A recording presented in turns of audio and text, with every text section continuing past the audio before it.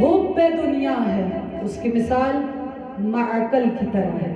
شاید آپ کے سامنے پہلے بھی پڑھا اور آپ لوگوں نے شاید سنا ہوا بھی ہوگا کہ معقل کون سا انسان ہے. جب جناب مسلم ابن عقیل کوفہ میں آئے ہیں، سب جانتے ہیں کس کے گھر مہمان ہوئے تھے؟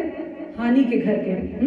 ہانی کے گھر کے کو یہ شرف حاصل ہے کہ ان کا گھر سفیر امام حسین علیہ السلام کا مہمان خانہ بنا.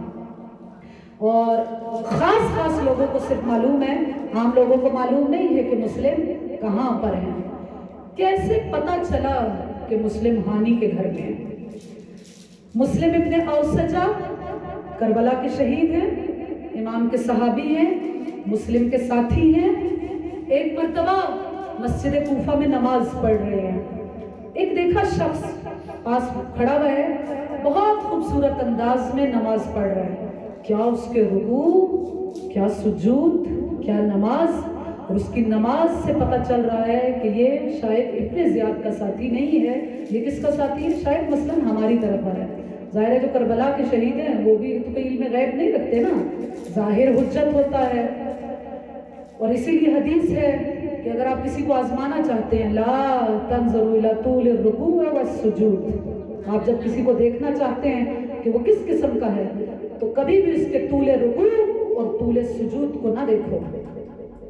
ہو سکتا ہے کہ طول رکوع اس کا دکھاوا ہو، ہر دفعہ یہ ایسا نہیں ہو سکتا، لیکن امام نے جو ایک معیار، جو کسوٹی بتائی ہے، جو پرکھنے کا معیار بتایا ہے وہ کیا ہے کہ لا تنظروا الی طول الرکوع والسجود.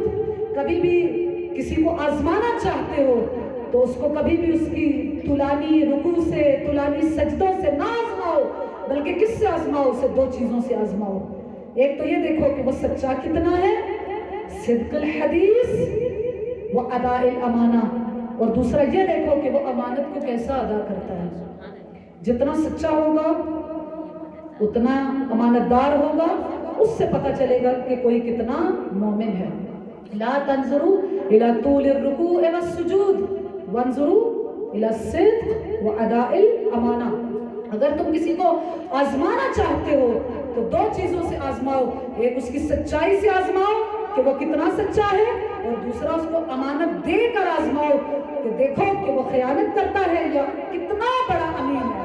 بہرحال مسلم ابن اوسجہ نے جب دیکھا کہ اس کے رکوع اور سجود تو بہت طولانی ہے، بہت پیارے انداز میں نماز پڑھ رہا ہے، اس کے قریب گئے اور کہا کہ تم کہاں سے آئے ہو؟ کہا کہ میں فلاں جگہ سے آیا ہوں اور مجھے پتہ چلا ہے کہ سفیر امام حسین علیہ السلام یہاں کوفہ میں کسی کے گھر میں ہے، لیکن چونکہ مجھے مال پتہ نہیں ہے، میرے پاس مال ہے اور میں چاہتا ہوں کہ میں ان کے سامنے تقدیم کروں، ان کے سامنے پیش کروں، لیکن کیسے پتہ چلے کہ مسلم کا گھر کہاں پر ہے؟ مسلم ابن اوسجہ اس کے ہاتھ کو پکڑتے ہیں، ہانی کے گھر میں لے جاتے ہیں اور وہاں پر جا کر بتاتے ہیں کہ یہ دیکھو یہ مسلم ابن عقیل جہاں پر ہانی ابن عروہ کے گھر میں ٹھہرے ہوئے ہیں. بہرحال حقیقت میں وہ کون تھا؟ نام اس کا معقل تھا، ابن زیاد کا جاسوس تھا. اور بعد میں جب ابن زیاد کے سپاہی آئے ہانی کے گھر میں اور کہا کہ تمہارے گھر میں مسلم ہے، انہوں نے پہلے تو انکار کیا، فوراً معقل کو حاضر کیا، کہا کہ کیا اس شخص کا تمہارے گھر آنا جانا نہیں ہے؟ اس نے بتایا ہے کہ اس کی ملاقات یہاں پر مسلم سے ہوتی رہی ہے. ان کے گھر کی تلاشی لی گئی، مسلم کو گرفتار کیا گیا، اور جو سارا واقعہ پیش آیا وہ صرف کس کی وجہ سے پیش آیا؟ ایک شخص کی وجہ سے، معقل کی وجہ سے.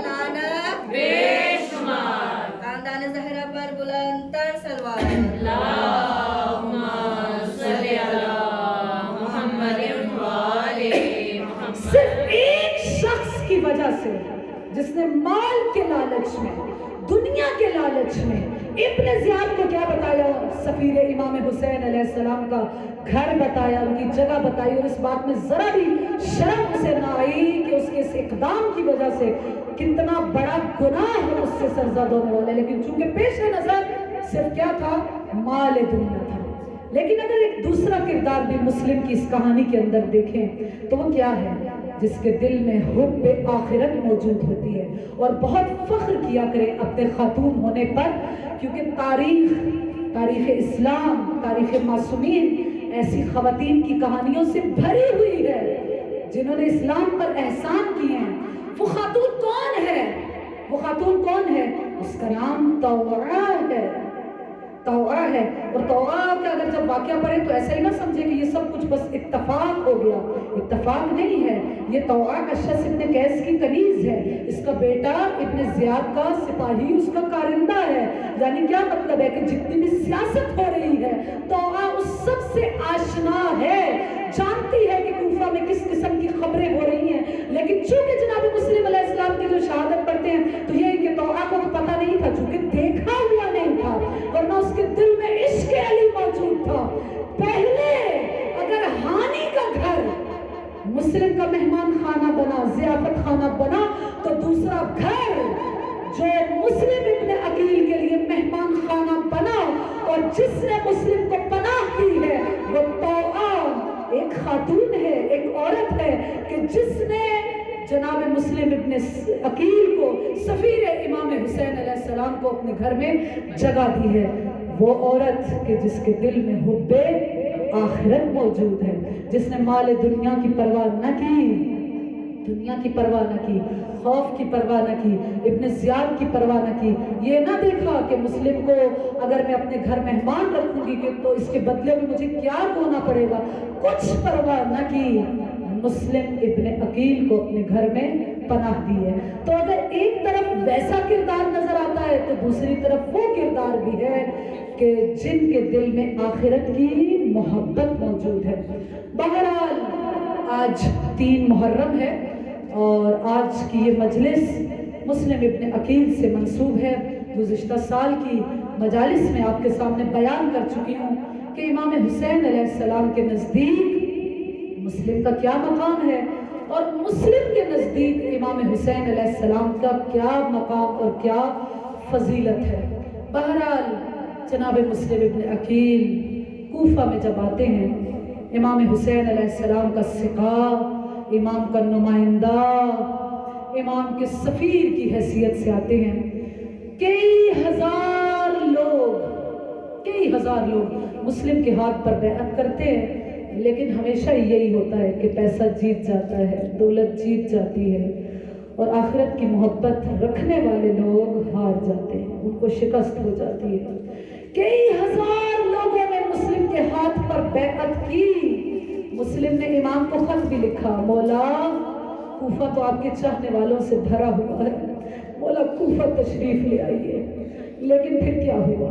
وہ وقت بھی آتا ہے کہ جب روایت کیا کہتی ہے، ایک نماز پڑھائی مسلم نے تو ہزاروں کا مجمع ہے جو مسلم کے پیچھے نماز پڑھ رہا ہے۔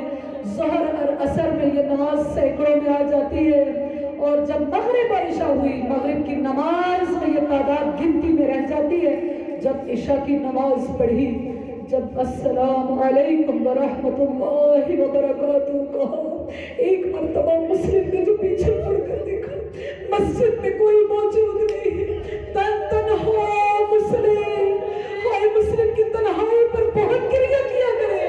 مسلم کوفہ میں تنہا، مسلم پردیس میں ہے، بے وطن ہے، مسلم کو اپنے بچوں کا معلوم نہیں کہ کہاں پر ہے، کیونکہ 3 ہی ہستیاں ایسی ہیں جنہوں نے اپنا سب کچھ حسین پر قربان کر دیا۔